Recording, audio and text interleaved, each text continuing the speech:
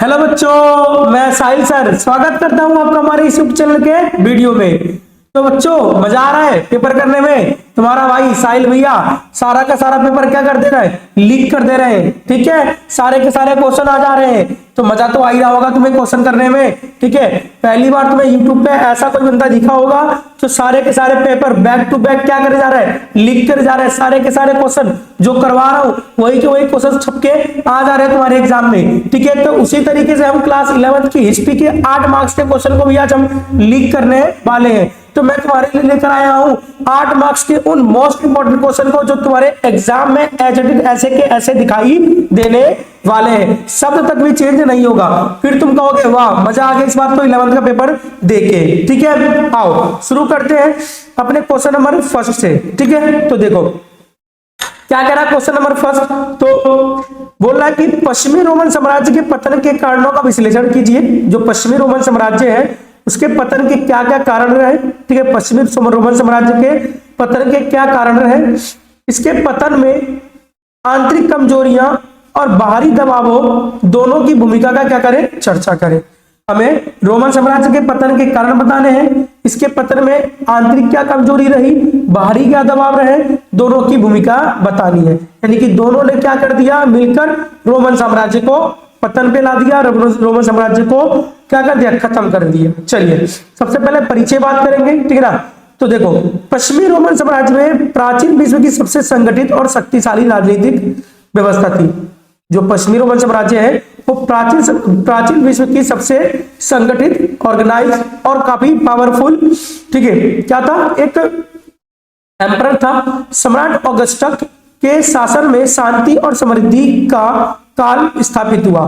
ठीक है, जो ऑगस्टस थे, ठीक है, उनके शासनकाल में क्या हुआ कि जो रोमन साम्राज्य था उसमें बहुत ज्यादा शांति व्यवस्था बनी रही, इसलिए ऑगस्टस के काल को हम शांति का काल भी कहते हैं। ठीक है, शांति का काल भी कहते हैं ऑगस्टस के काल को।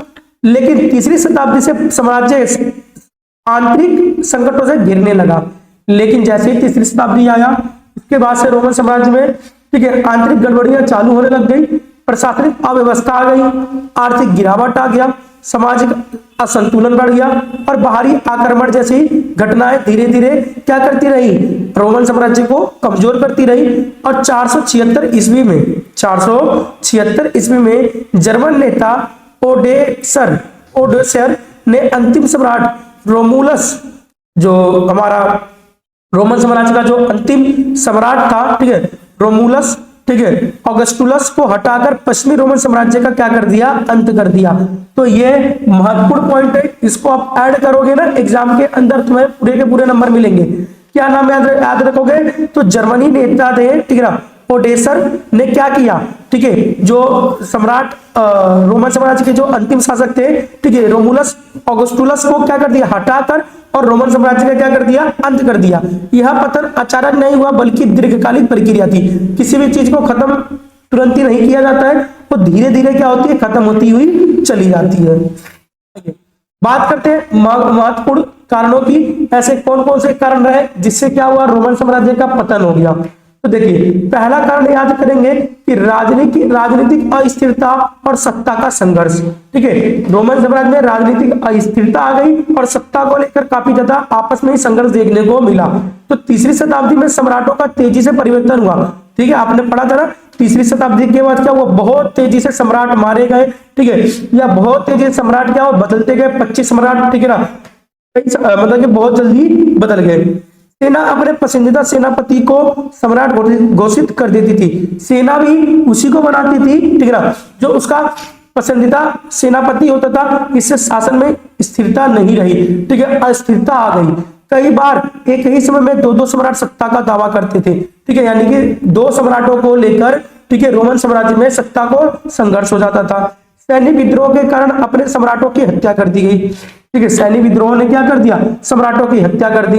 इससे प्रशासन कमजोर हुआ और कानून व्यवस्था भी बिगड़ गई। तो रोमन साम्राज्य में राजनीतिक अस्थिरता आ गई थी और सत्ता का संघर्ष होने लग गया था। इस वजह से रोमन साम्राज्य का क्या हो गया, विघटन हो गया, पतन हो गया।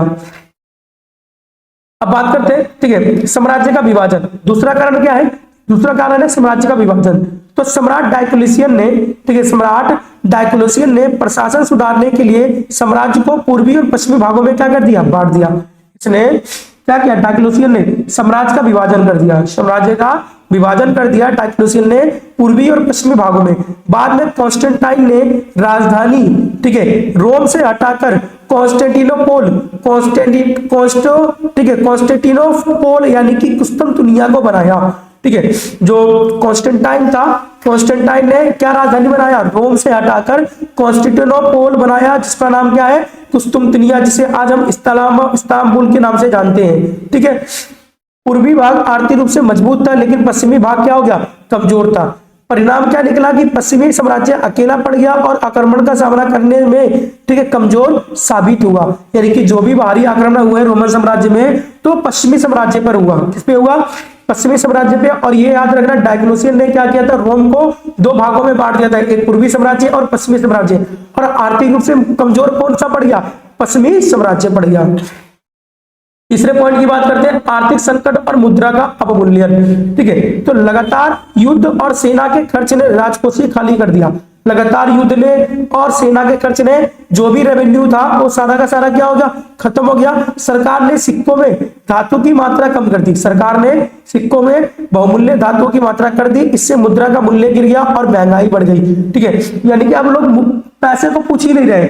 ठीक है, क्योंकि जो उसके अंदर पहले की जो धातु होती थी, ठीक है, वो काफी शक्तिशाली थी। ठीक है, अब उस धातु को ही क्या कर दिया, कम कर दिया, तो लोगों ने पैसा ही पूछना बंद कर दिया, जिससे क्या हो गया, मुद्रा अवमूल्यित हो गया। व्यापार घटने लगा क्योंकि व्यापारी अस्थिर अर्थव्यवस्था से डरने लगे, क्योंकि अर्थव्यवस्था कैसी हो चुकी थी, अस्थिर हो चुकी थी। व्यापारी भी इन्वेस्टमेंट करने से क्या कर रहे थे, काफी ज्यादा डर रहे थे। सैनिकों को वेतन देने के लिए नकली या कमजोर सिक्के चलाए गए, सैनिकों को वेतन देने के लिए नकली या कमजोर सिक्के चलाए गए, जिससे क्या हुआ, सैनिकों ने विद्रोह कर दिया।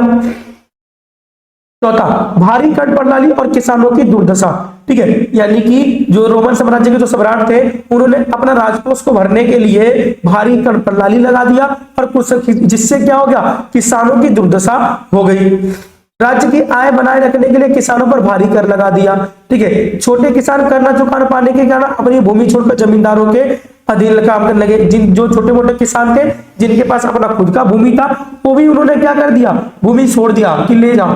ठीक है, ना रहेगी बांस ना बजेगी बांसुरी, और ये चले गए किसके अधीन, जमींदारों के अधीन चले गए। ठीक है, स्वतंत्र किसानों की संख्या घटी और कृषि उत्पादन क्या हो गया, कम हो गया। ठीक है, आइए पॉइंट 5 की बात करते हैं, सामाजिक असमानता और वर्ग का विभाजन। ठीक है, जैसे जैसे अर्थव्यवस्था में है, ठीक है, क्या होता गया, अस्थिरता आती गई, वैसे वैसे सामाजिक असमानता और वर्ग विभाजन भी होता गया।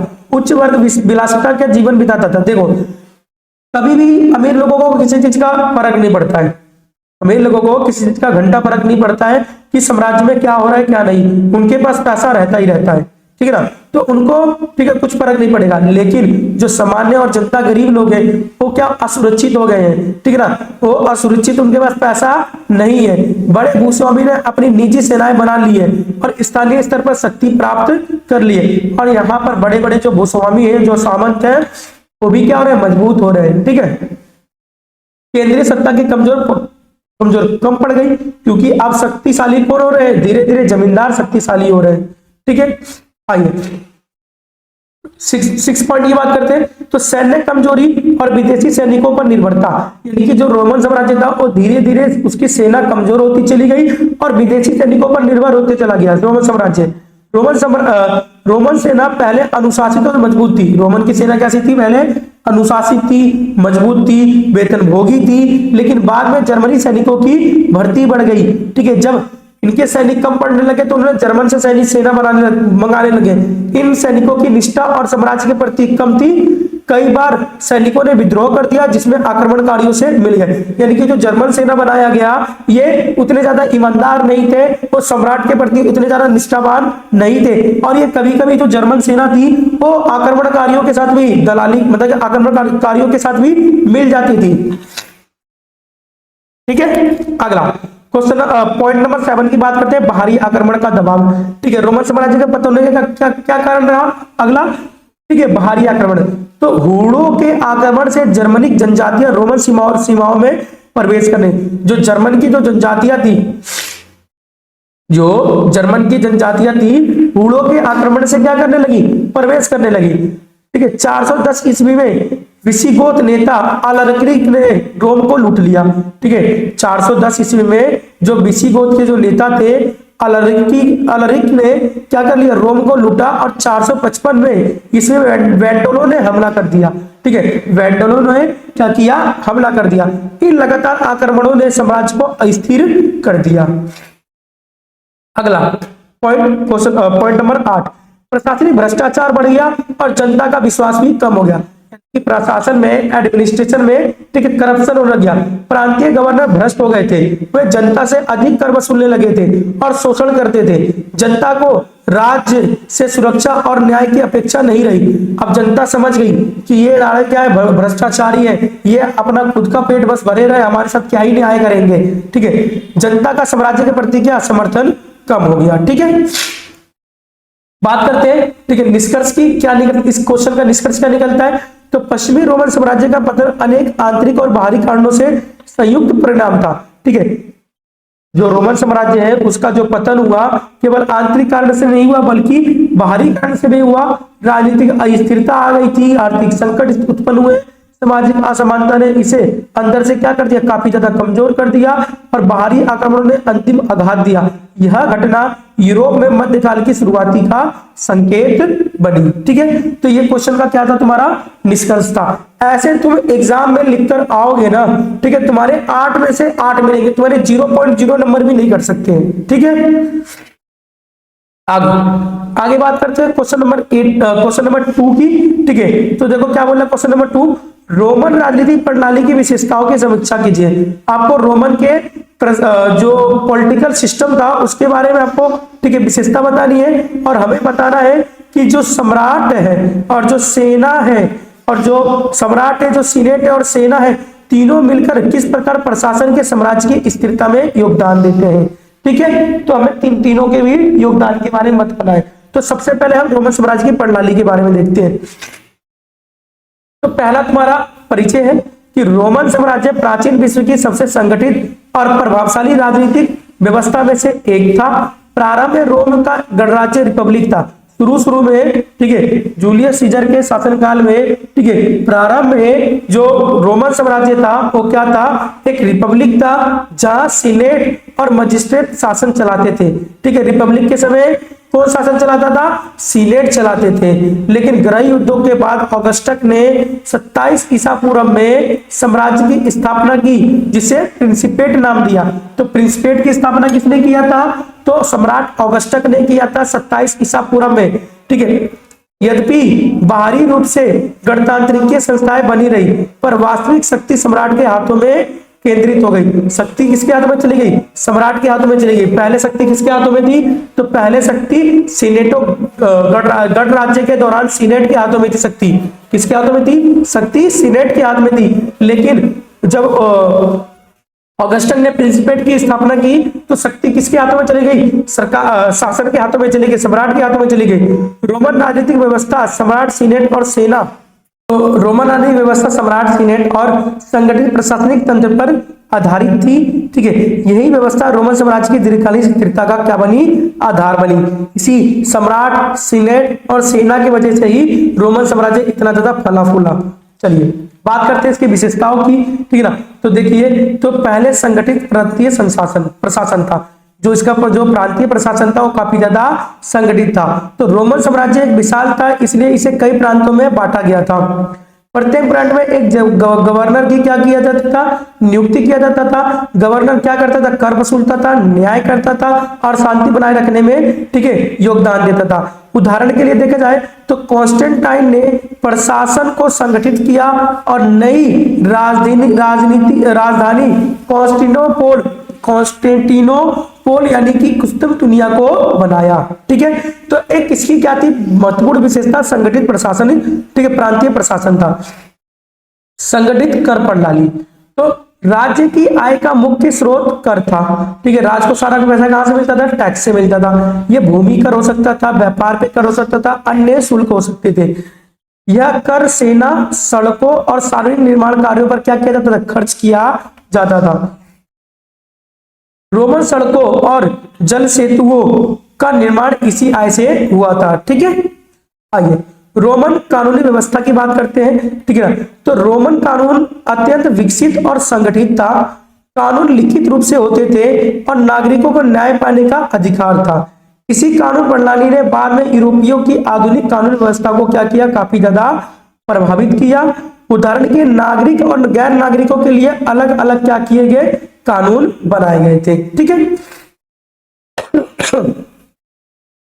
चौथी विशेषता की बात करते हैं। तो चौथी विशेषता है नागरिकता की नीति। यहाँ की नागरिकता की नीति क्या थी, तो देखो तो रोम की एक विशेषता यह थी कि वह जीते हुए लोगों को धीरे धीरे नागरिकता प्रदान करता था। ठीक है, जीते हुए लोगों को, ठीक है, धीरे धीरे क्या करता था, नागरिकता प्रदान करता था। इससे समाज में एकता बनी रहती थी और विद्रोह कम होता था। 212 ईस्वी में सम्राट केराकल्ला ने साम्राज्य के अधिकांश स्वतंत्र निवासियों को क्या कर दिया, नागरिकता दे दी। ठीक है, तो यहाँ पे जीते हुए लोगों को, ठीक है, धीरे धीरे नागरिकता मिलती थी। यानी कि रोमन साम्राज्य जिस भी साम्राज्य को जीत लेता था तो वहां के नागरिकों को धीरे धीरे नागरिकता प्रदान कर देता था।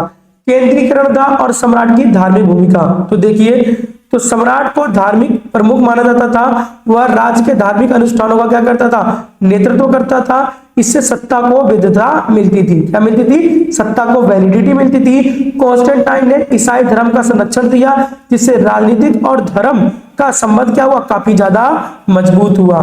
अगला पॉइंट बात करते हैं। अब अभी तक तुमने 5 पॉइंट देखे जो कि रोमन साम्राज्य की विशेषता थी। अब हमें क्या पढ़ना है, सेना, सम्राट, सेनेट और सेना के बारे में। तो अगला पॉइंट है तुम्हारा सम्राट की सर्वोच्चता। ठीक है, सम्राट, सेनेट और तुम्हारा सैनिक किस तरीके से रोमन साम्राज्य के विस्तार में योगदान दिया। तो पहले बात करते हैं सम्राट की। तो रोमन साम्राज्य में सम्राट सर्वोच्च शासक था। उसके बाद सैन्य और प्रशासनिक और धार्मिक अधिकार थे। ठीक है, ऑगस्टस ने स्वयं को प्रथम नागरिक कहा। ठीक है, पर वास्तविक शक्ति उसी के पास थी। सम्राट कानून बना सकता था, सेना का नेतृत्व कर सकता था और अधिकारियों की नियुक्ति भी करता था। ठीक है, सम्राट ट्राजन के समय की बात करते हैं। तो सम्राट ट्राजन के समय साम्राज्य का सबसे अधिक विस्तार हुआ, जो सम्राट की शक्ति को दर्शाता है। ठीक है, सेनेट की बात करते हैं। तो सेनेट क्या थी, तो सीनेट, ठीक है, जो सीनेट था रोमन गणराज्य की एक पुरानी संस्था थी। हमने पढ़ा था कि रिपब्लिक के दौरान सेनेट ही क्या करता था, सारा के सारा सत्ता की देखरेख करता था। जो साम्राज्य में काल में भी, ठीक है, जो साम्राज्य काल में भी बनी रही। इसमें मुख्यतः कुलीन वर्ग के लोग शामिल होते थे। ठीक है, सेनेट में कौन से लोग शामिल होते थे, कुलीन वर्ग के शामिल होते थे। सीनेट कानून, वित्त, विदेशी नीतियों पर क्या करती थी, चर्चा करती थी, पर अंतिम निर्णय किसका होता था, सम्राट का ही होता था। सबसे सर्वोच्च कौन था, ऑगस्टस ने जब प्रिंसिपेट की स्थापना कर दी तो सबसे सर्वोच्च कौन हो गया, सम्राट हो गया। ऑगस्टस ने सीनेट को सम्मान दिया ताकि जनता को लगे कि गणराज्य की परंपरा क्या है, काफी ज्यादा अभी भी जारी है। अगला पॉइंट, शक्तिशाली अनुशासित सेना। हम सेना की बात करते हैं तो रोमन साम्राज्य की रीढ़ थी। सैनिकों को नियमित वेतन दिया जाता था, ये वेतनभोगी थी। और ठीक है, सेनावर्ती पर भूमि भी मिलती थी। यानी कि जब रिटायर हो जाते थे तो इनको क्या मिलता था, भूमि का टुकड़ा मिल जाता था। सेना न केवल सीमाओं की रक्षा करती थी बल्कि विद्रोह की भी दबाती थी। उदाहरण की बात करते हैं तो जूलियस सीजर के सैन्य सफलताओं ने उसे अत्यधिक लोकप्रिय बना दिया था। ठीक है, निष्कर्ष की बात करते हैं तो रोमन राजनीतिक प्रणाली अत्यंत संगठित और संतुलित थी। सम्राट की शक्ति, सीनेट की परंपरा और मजबूत सेना और विकसित कानून व्यवस्था ने समाज को क्या किया, लंबे समय तक स्थिर बनाया, स्टेबल किया। परंतु बाद के समय में जब इन संस्थाओं में संतुलन बिगड़ा और भ्रष्टाचार बढ़ा तब यही व्यवस्था क्या हो गई, कमजोर हो गई। फिर रोमन राजनीतिक प्रणाली ने विश्व इतिहास पर गहरा प्रभाव डाला और आधुनिक शासन प्रणालियों की क्या की, नींव रखी। तो ये था तुम्हारा क्वेश्चन नंबर 2। ठीक है, आइए बात करते हैं क्वेश्चन नंबर 3 की। तो क्या कह रहा है कि पुनर्जागरण काल में चर्च की भूमिका और धर्मनिरपेक्षता विचारों के क्रमिक उदय का विश्लेषण कीजिए। ठीक ना, आपको पुनर्जागरण काल में चर्च की भूमिका के बारे में बताना है और धर्मनिरपेक्ष जो विचार उदय हुआ उसके बारे में हमें बताना है। तो आइए देखते हैं। तो बोल रहा है कि 14वीं से 16वीं शताब्दी के बीच यूरोप में एक महत्वपूर्ण सांस्कृतिक और बौद्धिक आंदोलन का उदय हुआ, जिसे पुनर्जागरण कहते हैं, इंग्लिश में रेनाइसेंस कहते हैं, कहा जाता है। इसका अर्थ होता है पुनर्जन्म। तो पुनर्जागरण का अर्थ क्या होता है? पुनर्जन्म या दोबारा से जागना। प्राचीन ग्रीक रोमन ज्ञान और कला का पुनर्जन्म हो गया। जो रोमन में जो क्या कहते हैं, इटली रोमन हो गया, ठीक है, उसमें क्या हो गया, जो पुराने जो ज्ञान थे, जो पुराना जो कला था, उसका क्या दोबारा से जन्म हुआ। आंदोलन मुख्य रूप से इटली के नगरों जैसे फ्लोरेंस और वेनिस से शुरू हुआ। पुनर्जागरण केवल कला या आंदोलन ही नहीं था, बल्कि यह सोचने के तरीके में क्या था, बदलाव था। पुनर्जागरण ने क्या कर दिया, लोगों के सोचने के तरीकों में भी बहुत बड़ा बदलाव किया। इस काल में चर्च की भूमिका अत्यंत महत्वपूर्ण थी, ठीक है, क्योंकि मध्यकाल में शिक्षा, नैतिकता और समाज पर चर्च का ही गहरा प्रभाव होता था, ठीक है। परंतु इसी काल में धर्मनिरपेक्षता और मानवतावादी विचारों का क्या हुआ, विकास हुआ, जिसने चर्च की निरंकुशता को क्या कर दिया, चुनौती दे दिया। तो ये था आपका इंट्रोडक्शन इस क्वेश्चन का। आइए पॉइंटों की बात करते हैं। तो इसने क्या क्या धर्मनिरपेक्ष क्या बदलाव किए। तो सबसे पहले बात करते हैं, ठीक है, पुनर्जागरण से क्या हुआ, ठीक है, शिक्षा और ज्ञान पर चर्च का नियंत्रण जो था वो धीरे धीरे कमजोर होता चला गया, ठीक है। मध्यकाल में, ठीक है, अधिकांश विद्यालयों और विश्वविद्यालयों पर चर्च का क्या था, नियंत्रण था। शिक्षा का मुख्य उद्देश्य धर्मशास्त्र का अध्ययन कराना था।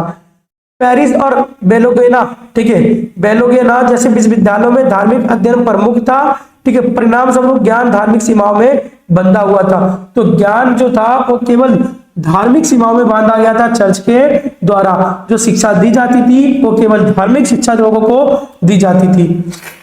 और पुनर्जागरण में और क्या हुआ, तो कला का संरक्षण किया गया। पुनर्जागरण काल में पोप और चर्च ने कलाकारों को संरक्षण दिया, ठीक है।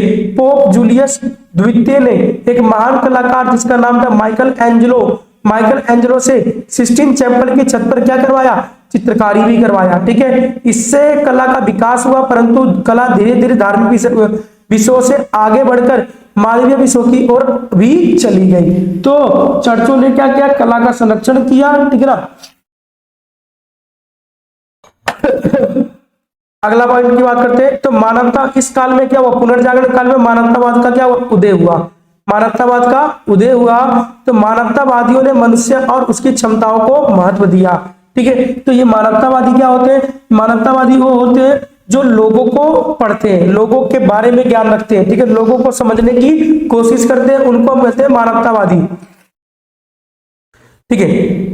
फ्रांसिस्को पेट्रार्क को मानवतावाद का जनक कहा जाता है, ठीक है। फ्रांसिस्को पेट्रार्क को क्या कहा जाता है, मानवतावाद का जनक कहा जाता है। उन्होंने प्राचीन ग्रीक और रोमन ग्रंथों का काफी ज्यादा अध्ययन किया, तर्क तथा व्यक्तिगत अनुभवों को क्या किया, उन्होंने महत्व दिया। यह विचार चर्च की रूढ़िवादी सोच से क्या थी, काफी ज्यादा अलग थी। तो पुनर्जागरण में क्या हुआ, मानवतावाद का उदय हुआ, ठीक है। धर्मनिरपेक्षता और शिक्षा का विकास। जो पहले की जो शिक्षा थी वो केवल धार्मिक शिक्षा थी। अब जो पुनर्जागरण में जो शिक्षा आई वो धर्मनिरपेक्ष शिक्षा थी, ठीक है। कोई भी किसी भी धर्म को क्या कर सकता था, अपना सकता था। तो पुनर्जागरण में इतिहास, राजनीति और साहित्य विज्ञान जैसे विषयों पर काफी ज्यादा क्या किया, जोर दिया गया। अब शिक्षा केवल धार्मिक नहीं रही बल्कि सामाजिक बन गई, राजनीतिक बन गई, आर्थिक बन गई शिक्षा। चर्च के काल में क्या था, चर्च के काल में जो शिक्षा थी वो केवल धार्मिक शिक्षा थी, ठीक है ना। लेकिन पुनर्जागरण में जो शिक्षा बनी वो केवल धार्मिक नहीं, कैसी बनी वो, ठीक है, उसका काफी ज्यादा जो क्षेत्र था वो विस्तार हो गया। जो शिक्षा थी वो सांस्कृतिक बन गई, सामाजिक बन गई, आर्थिक बन गई। विद्वान, ठीक है, इरास्मस ने बाइबल की आलोचनात्मक व्याख्या की और नैतिक सुधारों पर क्या किया, बल दिया। इरास्मस ने क्या किया, बाइबल का आलोचनात्मक आलोचना की और सुधारों पर बल दिया। आइए, ठीक है, पांचवें पॉइंट की बात करते हैं। पुनर्जागरण काल में तो विज्ञान और तर्कवाद का विकास हुआ। वैज्ञानिकों ने प्रकृति को तर्क और प्रयोग से समझने का क्या किया, काफी ज्यादा प्रयास किया। गैलीलियो ने वैज्ञानिक खोज के माध्यम से चर्च की पारंपरिक मान्यताओं को चुनौती दे दी, ठीक है ना। तो पुनर्जागरण काल में क्या हुआ, विज्ञान और तर्कवाद का क्या हुआ, विस्तार हुआ, ठीक है। इसे स्पष्ट हुआ कि सत्य केवल धार्मिक ग्रंथों से नहीं बल्कि प्रयोग से भी खोजा जा सकता है। यानी कि धार्मिक ग्रंथ में जो सत्य लिखे थे चर्च के द्वारा, वो सत्य क्या थे, गलत थे, ठीक है ना। तो बाद में जब गैलीलियो ने क्या किया, ठीक है, टेलीस्कोप की खोज की, ठीक है ना, तो उसने समझाया लोगों को कि सत्य केवल धार्मिक ग्रंथों में ही नहीं है, धार्मिक ग्रंथ में नहीं है, सत्य को हम क्या कर सकते हैं, खोज से भी प्राप्त कर सकते हैं। आइए क्वेश्चन नंबर 6 की बात करते हैं, मतलब पॉइंट नंबर 6 की बात करते हैं। तो चर्च की आलोचना और सुधार की मांग की गई। तो पुनर्जागरण काल में चर्च काफी तथा भ्रष्ट और विलासिता की आलोचना होने लगी, ठीक है। जो मध्यकाल में जो चर्च था वो काफी तथा भ्रष्ट हो गया था, विलासिता भोगी हो गया था, उसकी आलोचना कब की गई, तो पुनर्जागरण काल में इसकी आलोचना की गई। कई विद्वानों ने पोप और पादरियों और उनके अनैतिक आचरण की आलोचना की। इससे आगे चलकर धार्मिक सुधार आंदोलन हुए का मार्ग प्रशस्त हुआ, ठीक है। ठीक है, 7वें पॉइंट की बात करते हैं, प्राचीन ग्रंथों की पुनः खोज की गई। तो कॉन्स्टेंटिनोपल के पतन के बाद, यानी कि कुस्तुनतुनिया के पतन के बाद अनेक विद्वान इटली आए और अपने साथ ग्रीक पांडुलिपि लेकर आए, ठीक है। ग्रीक पांडुलिपि जो थे वो काफी ज्यादा ज्ञान वाले थे, लोगों को ज्ञान दे सकते थे। इन ग्रंथों ने लोगों के तर्क, दर्शन और लोकतंत्र जैसे विचारों को क्या काफी ज्यादा प्राप्त किया, ठीक है। यह विचार चर्च के एकाधिकार को क्या कर दिया, चुनौती दे दिया। जब कुस्तुनतुनिया का क्या हो गया, पतन हो गया, लोग इटली में आकर बसने लग गए, तो उन्होंने ग्रीक पांडुलिपियों पढ़ा और ग्रीक पांडुलिपियों ने लोगों को लोकतंत्र जैसे विचारों का क्या किया, ठीक है, उससे परिचित कराया। कला यथार्थवाद का विकास हुआ। मानवतावाद काल में, पुनर्जागरण काल में कला और यथार्थवाद का विकास हुआ, ठीक है। पुनर्जागरण कलाकारों ने मानव शरीर, प्रकृति और भावनाओं को यथार्थ रूप से चित्रित किया। मतलब कि भाई पुनर्जागरण काल में ऐसी चित्रकारी की जाने लगी कि जैसे लगता था हूबहू क्या बना दिया गया है, एक मानव को बना दिया गया है। बात करते हैं लियोनार्डो दा विंची, ठीक है। लियोनार्डो दा विंची की कृतियों में वैज्ञानिक दृष्टिकोण और मानवीय अभिव्यक्ति दिखाई देती है। यह कला केवल धार्मिक व्यक्ति तक सीमित नहीं रही बल्कि मानव जीवन की सुंदरता को भी क्या करती थी, ये दर्शाने लगी। निष्कर्ष की बात करते हैं तो पुनर्जागरण काल में चर्च की भूमिका दोहरी रही। एक और उसने कला और शिक्षा को क्या किया, संरक्षण दिया, तो दूसरी बात उसकी रूढ़िवादिता और भ्रष्टाचार की आलोचना भी की गई। मानवतावाद का विकास हुआ, तर्कवाद का विकास हुआ, धर्मनिरपेक्ष शिक्षा को विकास हुआ, चर्च के एकाधिकार को चुनौती मिली। इस प्रकार पुनर्जागरण ने पूरे मध्यकालीन धार्मिक सोच से बाहर निकालकर आधुनिक युग की ओर अग्रसर किया, ठीक है। तो ये था तुम्हारा क्वेश्चन नंबर 3 का सारे के सारे इंपॉर्टेंट पॉइंट। अगला बात करते हैं क्वेश्चन नंबर 4। तो क्या कहता है, यूरोप में पुनर्जागरण के उद्भव के कारणों की व्याख्या कीजिए। कि पुनर्जागरण के उद्भव के क्या कारण थे और उन सामाजिक, आर्थिक और राजनीतिक कारकों पर चर्चा कीजिए जिनकी वजह से इटली का पुनर्जन्म हुआ, ठीक है। इटली का क्या हुआ, पुनर्जन्म हुआ, ठीक है।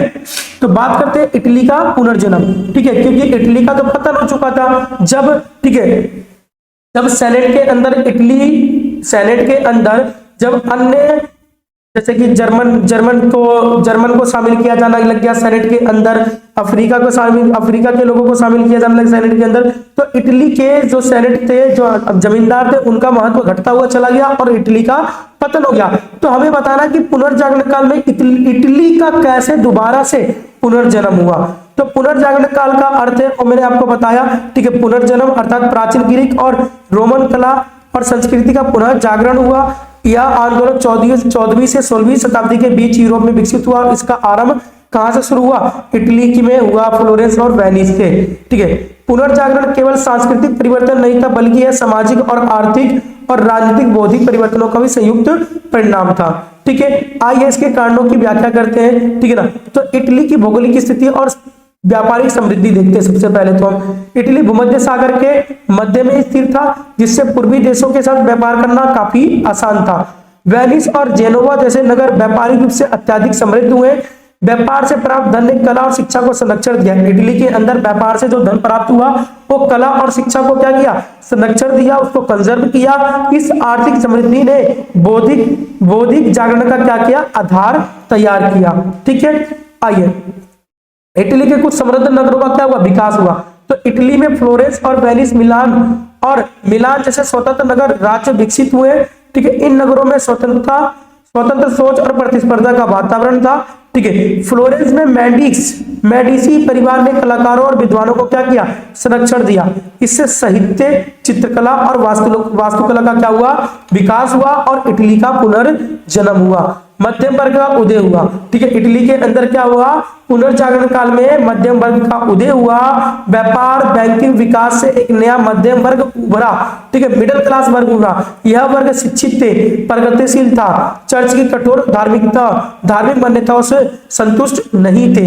ठीक है, जैसे कि अगर मध्यम वर्ग में हम बात करें तो जैन जॉक रूसो हो गए, आपके वॉलेंटियर हो गए। ठीक है, ये सारे के सारे मध्यम वर्ग से थे, ये पढ़े लिखे लोग थे। इन्होंने क्या किया, जो चर्च के जो कठोर नियम थे उसको चुनौती दे दिया।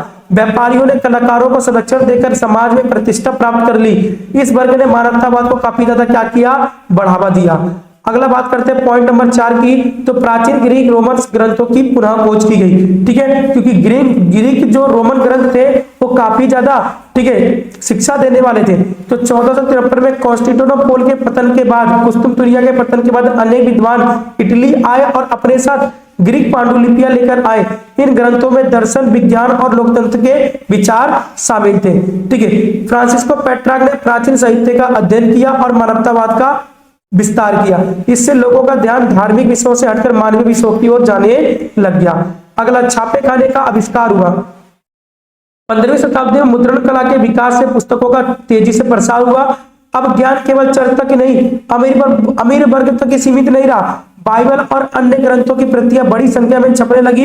इससे नई विचार और तेजी से फैलने वाली जागरूकता में वृद्धि हुई। ठीक है, छठे पॉइंट की बात करते हैं तो राजनीतिक स्थिरता आई और स्वतंत्र नगरों का, ठीक है, विकास हुआ। इटली के कई नगर राज्य अपेक्षाकृत स्वतंत्र और समृद्ध थे। ठीक है, यहाँ शासक कला और संस्कृति को काफी ज्यादा बढ़ावा देते थे। फ्लोरेंस के शासकों ने कलाकार लियोनार्डो दा विंची और माइकल एंजेलो को क्या किया, काफी ज्यादा संरक्षण दिया। इससे रचनात्मक वातावरण का क्या हुआ, विकास हुआ। ठीक है, चर्च की कमजोर होती पकड़, पुनर्जागरण में क्या हुआ, लोगों ने, मध्यम वर्ग के लोगों ने, पढ़े लिखे लोगों ने चर्च को चुनौती दे दिया। तो पुनर्जागरण काल में जो चर्च था वो कमजोर होने लग गया। मध्यकाल में चर्च का पूर्ण प्रभुत्व था, परंतु 14वीं से 15वीं शताब्दी में उसकी नैतिक साख कमजोर होने लगी। ठीक है, लोग चर्च की विलासिता और भ्रष्टाचार से असंतुष्ट थे। इन असंतोष ने नए विचारों और तर्कवाद को क्या किया, जन्म दिया। आगे बात करते हैं पॉइंट नंबर 8, वैज्ञानिक दृष्टिकोण और तर्कवाद का विकास हुआ पुनर्जागरण काल में। तो लोग प्रकृति और समाज को तर्क और अनुभव के आधार पर समझने लगे। पहले जो चर्च बताता था, ठीक है ना, प्रकृति के बारे में, उसको क्या कर दिया, अस्वीकार कर दिया। अब लोग अपने ही, ठीक है, अनुभव से प्रकृति और समाज को समझने लगे। वैज्ञानिकों ने, कलाकारों ने मानव शरीर, खगोलशास्त्र और प्रकृति का अध्ययन किया। इससे अंधविश्वास कम हुआ और नई खोजों का मार्ग प्रशस्त हुआ। ठीक है, तो ये तो तुम्हारे चौथे नंबर के 8 पॉइंट। बात करते हैं इसके निष्कर्ष की। तो पुनर्जागरण के उद्भव के पीछे केवल कारण नहीं था, एक कारण नहीं था, बल्कि आर्थिक समृद्धि, नगरों का विकास, ठीक है, मध्यम वर्ग का उदय, प्राचीन ग्रंथों की खोज, छापे खाने का विकास और अनेक कारण जिम्मेदार थी। इन सभी ने मिलकर यूरोप में बौद्धिक जागरण को जन्म दिया। पुनर्जागरण ने मध्यकालीन सोच को समाप्त कर आधुनिक युग की नींव रखी और आगे चलकर धार्मिक सुधार आंदोलन तथा वैज्ञानिक क्रांति का मार्ग क्या हुआ, प्रस्तुत हुआ। ठीक है, क्वेश्चन नंबर 4। आगे बात करते हैं क्वेश्चन नंबर 5 की। तो क्वेश्चन नंबर 5 देखो क्या कह रहा है कि मेजी पुनर्स्थापना के कारण क्या थे, रणनीतियां, परिणामों का विश्लेषण कीजिए। बताइए कि जापान ने अपनी संस्कृति पहचान को बनाए रखते हुए किस प्रकार आधुनिकीकरण को बढ़ावा दिया। ठीक है, तो हमें मेजी पुनर्स्थापना के बारे में बताना है।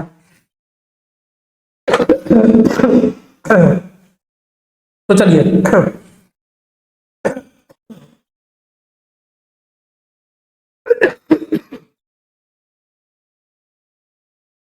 तो परिचय देखा जाए तो 19वीं शताब्दी के मध्य तक जापान तोकुगावा शोगुनत के एक अधिक साम्राज्यवादी अपेक्षाकृत अलग थलग देश था। शुरू में जो जापान था वो तोकुगावा परिवार के अधीन था।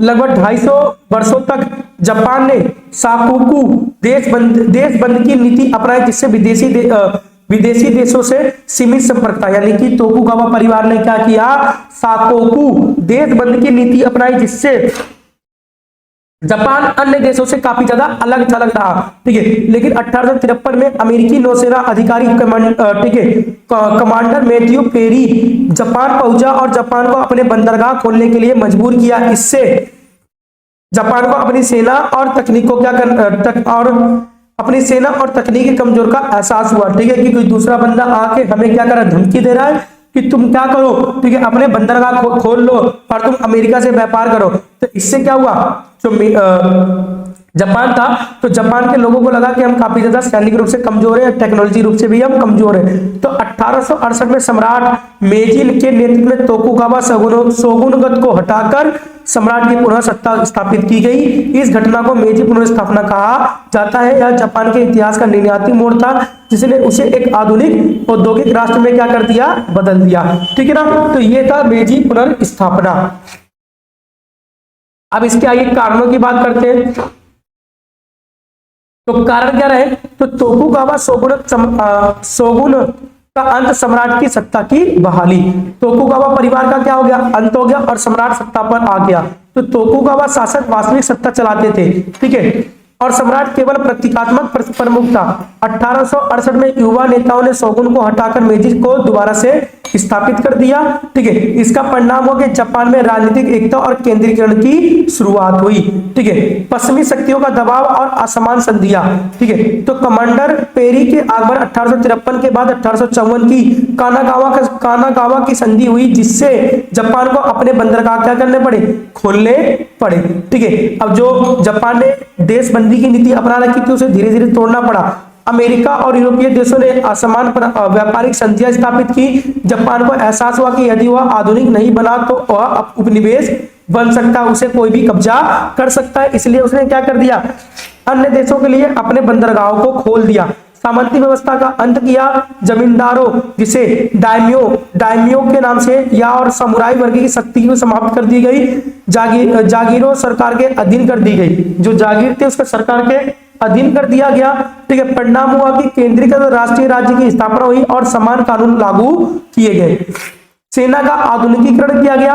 ठीक है ना, क्योंकि उन्हें समझ में आ गया था, जब मैथ्यू पेरी आया तो उसे समझ में हमारी सेना क्या है, काफी ज्यादा कमजोर है, तो उसने क्या किया, सेना को मॉडर्न किया।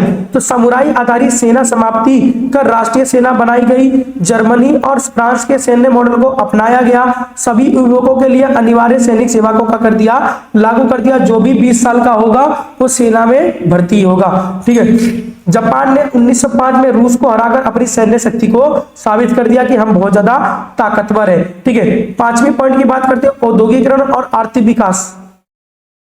सरकार ने कारखानों, रेलवे, जहाज विनिर्माण और उद्योग और टेलीग्राफ व्यवस्था की शुरू की। प्रारंभ में उद्योग सरकार ने स्थापित किए, बाद में निजी व्यापारियों को सौंप दिया। जापान तेजी से औद्योगिक राष्ट्र बन गया, यानी कि निजी कंपनियों ने काफी ज्यादा यहाँ पर, ठीक है, महत्वपूर्ण भूमिका निभाई। आगे देखिए, शिक्षा प्रणाली में क्या सुधार किया, जिसकी वजह से जापान तो आधुनिक बन गया। तो पश्चिमी शैली की शिक्षा प्रणाली को लागू किया। प्राथमिक शिक्षा को अनिवार्य बना दिया गया। विद्यार्थियों को विज्ञान और तकनीक शिक्षा के लिए विदेश भेजा गया। शिक्षित और कुशल नागरिकों के लिए नई पीढ़ी तैयार की गई। ठीक है, संविधान और संसदीय व्यवस्था को लागू किया गया। 1889 में जापान ने संविधान को लागू किया। यह जर्मन के संविधान से प्रेरित था। संसद डाइट की स्थापना हुई, परंतु वास्तविक शक्ति सम्राट के पास रही। जापान एक संवैधानिक क्या बन गया, राष्ट्रतंत्र बन गया। ठीक है, राष्ट्रवाद और साम्राज्यवादी विस्तार हुआ। तो मेजी शासन ने राष्ट्रीय गौरव और एकता को काफी ज्यादा बढ़ावा दिया। जापान ने चीन और रूस के विरुद्ध युद्ध लड़े और जीत भी हासिल की। ठीक है, जापान ने क्या किया, चीन को हराया, रूस को हराया। ठीक है, 1854 से 94 से 95 के बीच चीन और जापान का युद्ध हुआ, जिसमें जापान जीत गया। और 1904 से 1905 के बीच में रूस और जापान का युद्ध हुआ, जिसमें जापान क्या हो गया, जीत गया। परिणाम क्या हुआ, एशिया का एक प्रमुख शक्ति बन गया और ये भी क्या करने लगा, अपना उपनिवेश बनाने लग गया। ठीक है, आइए बात करते हैं निष्कर्ष की। ठीक है, निष्कर्ष निकलता है कि मेजी पुनर्स्थापना जापान के इतिहास की सबसे महत्वपूर्ण घटना थी। इसने जापान को एक सामंती और अलग थलग देश से आधुनिक औद्योगिक और सैन्य शक्ति में क्या कर दिया, बदल दिया। सम्राट मेजी के नेतृत्व में जापान ने पश्चिमी शक्ति, तकनीक और संस्थाओं को अपनाया पर अपनी सांस्कृतिक पहचान को बनाए रखी, अपनी सांस्कृतिक पहचान नहीं खोई, ठीक है ना। इस प्रकार मेजी सुधार एशिया में सफल आधुनिकीकरण का एक उत्कृष्ट उदाहरण बन गया। जापान विश्व में शक्ति के रूप में उभर रहा है आज भी।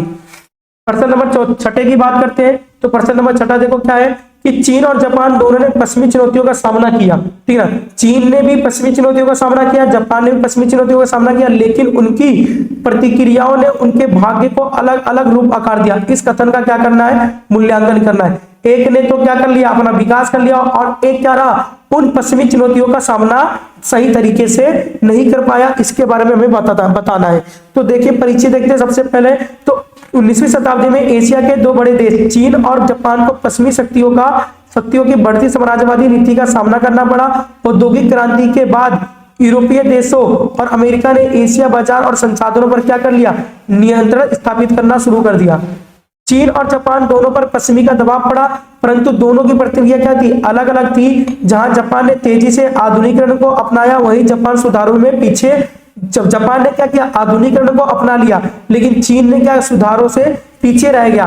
परिणाम स्वरूप जापान क्या हो गया, एक शक्तिशाली राष्ट्र बन गया, जबकि चीन कमजोर देश बन गया। उस समय की बात कर रहा हूं मैं। तुलना करते हैं कैसी कैसी प्रतिक्रिया रही। तो पश्चिमी शक्तियों के प्रति प्रारंभिक प्रतिक्रिया, तो चीन ने पश्चिमी व्यापार और प्रभाव का विरोध किया।